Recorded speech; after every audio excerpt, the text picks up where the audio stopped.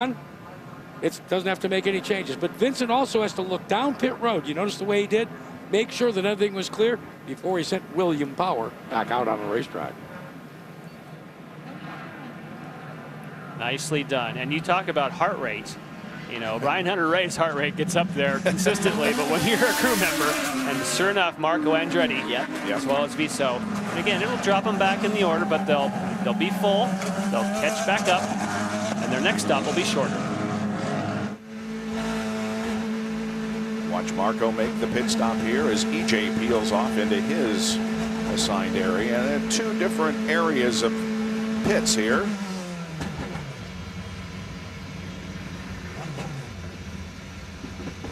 Marco Andretti, who won here in 06, was not happy to be starting 18th today. He said, we are just going to have to do what we have to do to get up there. We are going to speak to his strategist, Kyle Moyer, in just a second, Bob, to see what he has to say. Simone Di Silvestro also makes a pit stop during this full course caution, the very first in this race, caused by Milcaduna, who spin out in turn number 7. New nose and wings, so that'll help her tremendously. Anytime that's flopping around, you're going to lose a lot of speed. So now she'll be at the back as far as track position, but it'll be much racier. But you also have to just eliminate that risk of something busting off on that front wing and putting in the fence out there. You know, you got to have your equipment working for you out there. Hey, Bob, we've caught up with Al Spire, who directs all the racing here for Firestone Tires. And Al, a little unusual. We talked yesterday during the qualifying show about this new alternate tire that you've brought to Sonoma. What have your engineers seen so far with the performance of this tire and what these teams are going to have to face in the second half of the race? Well, first of all, Jack, we can absolutely confirm that Alex Tagliani's tire was cut when he had trouble in the beginning of the race. But the main thing is the red alternate tires, they got about 25 laps in them, and they give up. Their fronts are very, very worn near the end. It's going to be very interesting to see what they put back on. But I think the important thing is we're getting those passes that we wanted to see. Well, I think the other thing, when we went down and we checked on Helio Castroneves, the car was down to the cords, but still the car was also at least getting around the racetrack. We're getting ready back to green, but we appreciate you taking us and updating us on the Firestone situation. Absolutely, Jack. Thanks, Al. Guys, here we go. And that is a very great point, because they take a huge risk as a tire company, making something that only lasts 25 laps, but that's what everyone has asked for. Robbie and I have asked for it, the drivers have asked for it. You know, do that because it makes the racing great. And here we go off of the expanded corner number 11. And the green flag comes out for another Apex Brazil restart. Technically, this was the second full course caution. Of course, the first came out just after the green flag drop when Dan Weldon flipped on the main straightaway. He's okay. And look at Will Power put distance between himself and Briscoe early on. And what before we went yellow, Power had about a 6-second gap. Looks like he's already pulling that out. Yeah, now there's a gap, and all the rest of them are like just right on top of each other. This is good stuff here. Justin Wilson is 6th. Back to throttle in the right place there. Just picked it up nicely, not working the wheel too hard. Pretty good balance. Ducking and weaving. Everybody stays in position. Oh, except for Danica. Danica gets to the inside of Muto. Yeah, good job. On board with Tony Kanaan, who is in 9th position. Headed for turn number 9. Graham Rahal right in front of him. And that was, TK was one of the guys we saw kind of pop out a little bit as they went into turn 7 there, just to let everybody know he's thinking, I want to move up.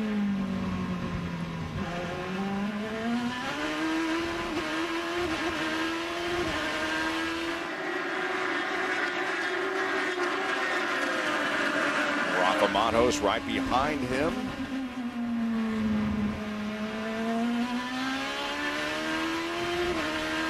Watch the incline right there. There was where you have just a big load in this car going up from 3A, 3 to 3B. And then it's like falling off the edge of a cliff. And so what TK wants to do now here to set up Graham is you come through this long sweeping turn 6 carousel. He wants to be thinking about getting back to Power, because the sooner he can get to Power ahead of Rahal, that sets him up to make a good pass here as you go down to 7. Now check out, we talk a lot of times about in-laps and out-laps. So if you take some of the front runners and look at that, check out Castro Neves. Look how slow he was struggling to try and get that car to the pits as compared to Power. And then he lights it up on the way out and does nearly the same kind of time as Power. So that shows exactly what Al Spire was talking about. In the case of Castro Neves, his tires were down, he was struggling, and those are the kind of laps that pay the money. I'm really surprised because Castro Neves, as I said earlier, he told me, he said, I think mine go off over a second. And I said to you, Jan, I said, I think he was kind of bluffing me a little bit. He was not.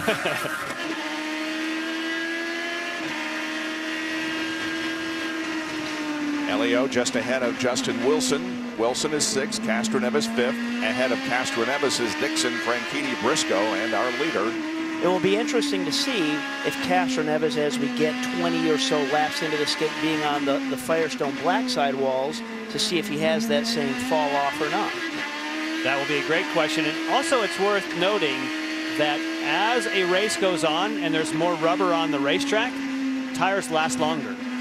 So the final stint, if it was 25 in the first stint, it might be 26, 27 later on. 38 laps completed out of 75 at the Indy Grand Prix of Sonoma. It's Power, Briscoe, Franchitti, Dixon, and Castro Neves. And yet another caution has come out here at Infineon Raceway. Our third of the evening, Marco Andretti and J.R. Hildebrand had a coming together, with J.R. stalling the car and therefore bringing out the full course caution. Here it is. That was Rafael Matos that made that smoke. And then from way back, Marco, yeah. And you can see where he got locked up. Yeah. He locked up those rears and tried to chase it, and Marco, JR was in the wrong place. Yep, Marco kept going. Hildebrand was not. And the pits are going to open up. You'll be able to see the pit stops if anybody makes one in our non-stop. We'll take another break here and be back with a resumption of this IZOD IndyCar Series event.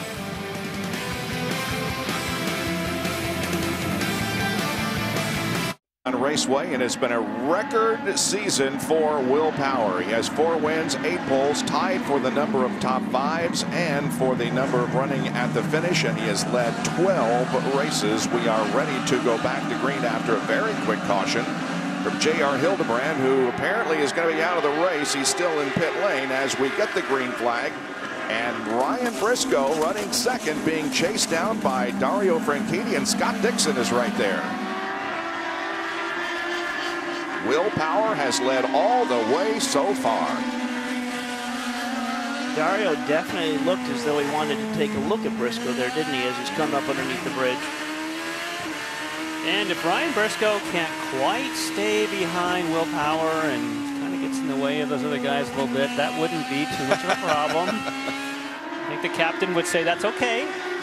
Will Power has clinched the bonus points for leading most laps. I think Briscoe's doing everything he can in that cockpit to try and stay up with Power. No, the way it's working, though, is it's quite handy for Will Power to have his teammate back there not quite able to stay with him. Only twice in the history of the IZOD IndyCar Series has a race been led flag to flag, both times done by a Target Chip Ganassi driver. Scott Dixon did it in 2003 at Richmond, and of course Dario did it here last year. Well, it really is just an incredibly technical racetrack.